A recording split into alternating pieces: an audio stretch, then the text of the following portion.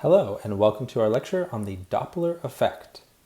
Okay, so let's look at our objectives here, because we really have this one concise idea. We want to learn that the Doppler Effect is a phenomenon that applies to all waves and pertains to the movement of a source of sound relative to an observer and or the movement of an observer relative to a source of sound. And the result of the effect is a changed frequency and wavelength of the observed sound. Okay? And that's basically what you're going to see here in the key terms. So we take a look at our one and only key term, the Doppler effect. We see that it's a change in wavelength and thus frequency of sound due to movement of the source and or the observer. Okay? And so what it is it's that familiar sound of maybe a ambulance siren driving by where there's a higher pitch when the ambulance is moving towards you, and then there is a lower pitch when the ambulance is moving away. It's something like right? High pitch when it's towards you, low pitch when it's moving away. Now, why is that? Well, because when the source is moving towards you, the source is catching up with each of the wave fronts it generates. Thus, the moving source, if you're the observer over here, means that each wave is effectively shortened because the source has moved and partially caught up to the previous wavefront that it created. So now the wavelength is lambda prime. It is shorter than the wavelength would be if everything was at rest. And since that's the case, since lambda prime is shorter and we have that velocity is wavelength times frequency and the velocity is fixed or determined only by the temperature of the air, well, we see then that if lambda prime is shorter, then what must happen to f? The frequency, the new frequency, the affected frequency is greater. All right? So if a source is moving towards an observer, then the frequency is increased. And increased frequency to our ears is perceived as a higher pitch. That is the high pitch sound moving towards you. And obviously, if the source is moving away, we can apply the opposite logic. The wavelengths are larger and the frequency is reduced. Okay? So it also applies to other types of waves, such as light. We won't see that here, but we certainly will discuss the Doppler effect of light later when we discuss light itself in future physics classes. Okay, so there's one key formula here, and it's rather fascinating because it does so much with one formula. What we have here is we have the affected frequency. Okay, so this is the one that is being changed, the frequency that is being changed due to either the motion of the observer or the source, or both. Both the observer and the source can be moving, and we'll do an example like that. But notice what's interesting about this is we've got a plus minus here and a minus plus. Why is that? Well, there's a good reason, and it just kind of comes down to learning quickly how to read this formula because it can be very effective. Okay? So I want to point out here that if we just consider one movement at a time, then we can consider the result, and then we'll kind of bring it all together. Okay, so if we have the affected frequency is greater than the original frequency when the observer is moving towards a source. Okay? So the example I gave you was a source moving towards an observer, but if the observer, the person, was moving towards the source, well, they're also going to be encountering each wave quicker than they would otherwise. Okay? So that would be an increase in the perceived frequency. All right? So f prime would be greater than it would be if everything was at rest. Well, obviously, if the observer is moving away, then the frequency is reduced. Okay?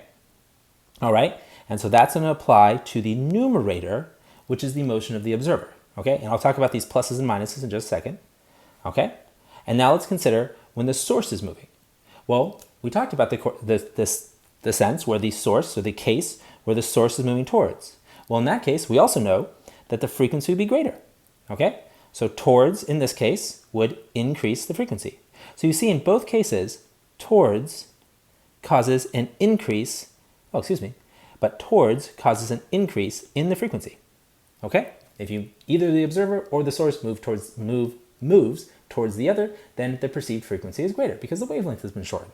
Okay? And then look, when we have the source moving away, well, then we have a reduction in the perceived frequency. Again, f prime is the perceived frequency. Okay, often the thing we're calculating, although sometimes we want to solve for the original frequency if we know the detected frequency. Okay, so what's going on then with all these pluses and minuses? And why are they swapped, right? Because here I have a plus for observer towards, but I have a minus for source towards. Well, it just comes down to where they are in the formula. Because notice the observer and its velocity is in the numerator. So that means if it's positive, that will indeed cause the increase we're looking for. On the other hand, the velocity of the source is in the denominator. So then if we want a bigger number, if we want f prime to be larger than f, that means we have to divide by a smaller number. We all know that, where you divide by a small number, you get a big number. That means you actually have to subtract, okay? And that's why we have this unusual notation of plus or minus in the top and minus plus in the bottom. Because the upper operator, whether it's the plus in the numerator or the negative or the subtraction in the denominator, refers to motion towards. Okay, so the upper one's always towards. The lower operator, all right, the subtraction in the numerator and the addition in the denominator refers to motion away. Okay, but then you just remember that they are swapped because you need to get the effect you expect. And honestly, you can always check that this makes sense because you can always reason out whether you expect it to be a higher frequency or a lower frequency, right? It might take a minute, and it's good to really kind of get used to the formula, but worst case, you can reason it out, okay? All right, so let's move on and do some examples. So we only have one type, just some simple examples that involve the Doppler effect. Now, medium difficulty. Okay, example 1. A rocket zooms past an observer at rest, so the observer's at rest, obviously not the rocket. In fact, the rocket's moving at 300 meters per second. The temperature outside is 30 degrees, all right, while emitting a sound of frequency 800 hertz. What is the difference in the frequency heard by the observer as the rocket passes? All right, so here's the picture. Here's our observer at rest. Here is our rocket in motion. We have two cases. We're going to have a case where the source, that is the rocket, is moving towards the observer, and another case where it's moving away. Okay, and we're going to use the temperature and the Celsius version of the velocity of sound formula, okay, to calculate the velocity of sound at a temperature of 30 degrees Celsius. All right, and we get 349. And you're welcome to use the Kelvin version of the formula that I introduced in the last notes as well. I just happened to use the other one. Okay, and then we're just going to do a calculation for each, okay? So we're only going to care about the denominator in each case. And again, that's because the velocity of the observer is 0, okay? So, we'd have a, just a plus or minus 0 up top, doesn't matter, okay? But in the first case, it's minus because the source is moving towards, right? Towards is minus, minus, right there. In the second case, the source, that is the rocket, is moving away, so we have a positive because when it's away, it should be a positive, okay? And that makes sense because when it's moving away, we're going to have a reduction in the frequency because we're dividing by a bigger number. So then we have a really dramatic effect here. Because the rocket is nearly moving at supersonic speeds, there's a very, very high pitch, okay, when the rocket is moving towards the observer, and a much lower pitch. So it's a very dramatic example, but it's neat, right? So we have a change of 5,700 hertz all the way down to 430 hertz. And that means that our change in frequency is 5,270 hertz, okay? All right. Okay, let's do another one. All right, so in this case, we have a figure that shows an observer A, and they're driving a car with a certain speed, 17 meters per second. And they hear a siren with a frequency of 737 hertz at a distance of 141 meters. And coming from the ambulance, moving at a speed of 34 meters per second. What frequency of the siren is heard inside the ambulance? So it's interesting because you might think that we know the frequency heard inside the ambulance, and we'd be typically asking for the frequency heard by the car. That's not the case. In this case, the car knows the frequency, and we want to figure out what's the original frequency created by the ambulance. Because indeed, the frequency heard inside the ambulance is the original unaffected frequency. It's F, not F prime. We know F prime. F prime is 737 hertz. We're not going to use the distance, okay? We would if there was a follow-up question that involved the intensity of the sound, okay? If we knew the wattage of the siren. Okay, and it wasn't specified here. We're going to assume that the velocity of the sound is the standard at 20 degrees Celsius, which is 343 meters per second. That's a good assumption if it's not specified. Sometimes that happens, but it won't happen in the exam. Don't worry, I will always specify or give you the temperature. All right, so then this is our formula. What's interesting about this one, which we didn't see in the last example, is we have motion of both the observer and the source, okay? So we obviously have the motion of the observer in the numerator and the motion of the source in, well, the denominator. Okay? And then we're just going to solve for f. Okay? And the whole bit in the parentheses works out to be 1.055 rounded to 4 significant figures, just to show it. And then using, of course, calculating with the unrounded value, we get 699 hertz as the original frequency created within the ambulance. So it's lower, okay? So that means there was an increase in pitch. Why would there be an increase in pitch? Well, because although the source was moving away, which reduces the pitch, the ambulance was moving towards and was moving towards much faster. So the overall effect was an increase in pitch from 699 to the perceived 737. Okay? All right, so as far as that idea of knowing the detected frequency and having to calculate the created frequency, let's take a look at this concept question. 4 situations are shown below in which a source of sound S with variable frequency and detector D are either moving or stationary. The arrows indicate the directions of motion. The speeds are all the same. Detector 3 is stationary. That's why there's no arrow. And the frequency detected is the same. So it's interesting, right? So that's why it says a variable frequency from the source. So the only thing that's changing is actually the siren, so to speak, right? The alarm, the sound can be adjusted in different frequencies, but we're always going to detect the same thing, okay? The goal is to always detect the same frequency. So with that in mind, rank the situations according to the frequency of the source, the variable source, lowest to highest, okay? All right, so what I'm doing here, I just went on to write out the formula for each case. So in this case, notice what I've done is I have multiplied the formula as given on the last page where we had the detected frequency was equal to some original frequency times, of course, the parenthetical expression with all the velocities. But here I've just multiplied both sides by the reciprocal. So now I'm solving for the frequency of the source, knowing the frequency detected. And that's why my velocity of the source is up top in the numerator and my velocity of the detector, which would be the observer, in other words, is in the denominator. See? So it's just switched. And in this case, we just have, we can use all the same logic about when one is plus and when one is minus, okay? And so, because it is absolutely the same, it's going to have the same effect because after all, we're solving for the other frequency now. So it's all the opposite logic, right? So like, for example, if we were just to reason this out, if this is moving away, well, that's going to cause a reduction in frequency. And then this is also moving away, that causes a greater reduction in frequency as detected, but I don't want it to cause a reduction. So that means I need to compensate for this twofold reduction, which means my frequency of the source has to be extra high, right? So that's why, in this case, I'm going to get the largest possible value because I'm going to be adding in the numerator and subtracting in the denominator. So I'm dividing by a smaller number and I'm dividing a larger number by a smaller number, okay? And then we just go through, we comply. In this case, it's not going to be as dramatic because here we're dividing by a larger number, all right? In this case, we're dividing by a medium-sized number, but larger than this one, okay? And then finally over here, we have a small number up top and we're dividing by a large number. So this one's definitely gonna be the smallest, okay? All right, and again, that's because we have a variable source.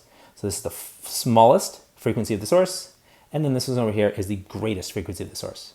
And that means we're ready to rank them, and then we can rank from lowest to highest in terms of the frequency of the source. Well, the lowest is gonna be 4, because basically we have to tone it down to compensate for the fact that the Doppler effect wants to increase the frequency. So we have to actually adjust the source so that that increase is compensated for, and we get the same detected frequency. So the smallest from the source has to be 4, and then it just ends up going exactly backwards, so that's 4, 3, 2, 1. Okay, in terms of the frequency of the source. Okay, so make sure you have a handle on this one. This is a very crucial concept question that includes a lot of the ideas that might be a stumbling point at first, but should become evident with a little bit of practice.